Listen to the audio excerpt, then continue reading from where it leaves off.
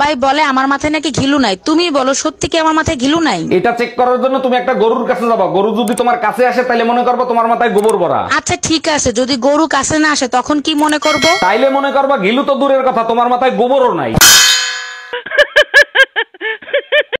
এই যে আপু। জি ভাইয়া বলেন। আপনাকে না নায়িকাদের মতো লাগতেছে। ও থ্যাংক ইউ। আচ্ছা আপনার বিয়ে হয়েছে? জি 3 মাস হলো বিয়ে হয়েছে। আপনার হাজবেন্ড কি করে? আমার হাজবেন্ড এখন আফসোস করে। এই কি হলো, থাপ্পড় মারলা কেন? তার আগে বল কাল রাতে কোন সেমরির সাথে ডিনারে গেছিলি? কাল রাতে তো তোমার সাথে ডিনার করছি, সেমরি পাইনি কই? তাহলে তোমার পকেট থেকে 2000 টাকার বিল আসলো কোথা থেকে? আরে শালি ওইটা কারেন্ট বিল, গাধা একটা। এই মামুন তোমাকে ডাকি, তুমি শোনো না, তাড়াতাড়ি খাবার খেতে এসো। দেখো আমি তোমার স্বামী, আমার নাম ধরে ডাকবা না, তাতে তোমার গুনাহ হবে। আচ্ছা ঠিক আছে। ও ভাই তুই আমার নাম ধরেই ডাকিস।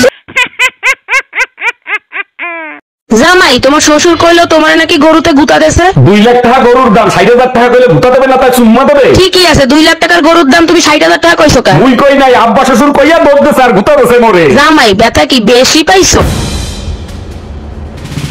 হ্যালো উকিল সাহেব, আমার বউ আমারে দিয়ে থাল বাসন ধোয়ানো শুরু করছে, এর সাথে আমি সংসার করব না, আপনি তালাকের ব্যবস্থা করেন। আরে ভাই থাল বাসন ধোয়ার আগে গরম পানিতে ভিজে রাখবেন, দেখবেন 1 মুহূর্তে হয়ে গেছে, এই জন্য তালাক দিবেন। এই ফোনে কথা বলা শেষ হলো, তাড়াতাড়ি থালা বাসন ধুয়ে ফেলো।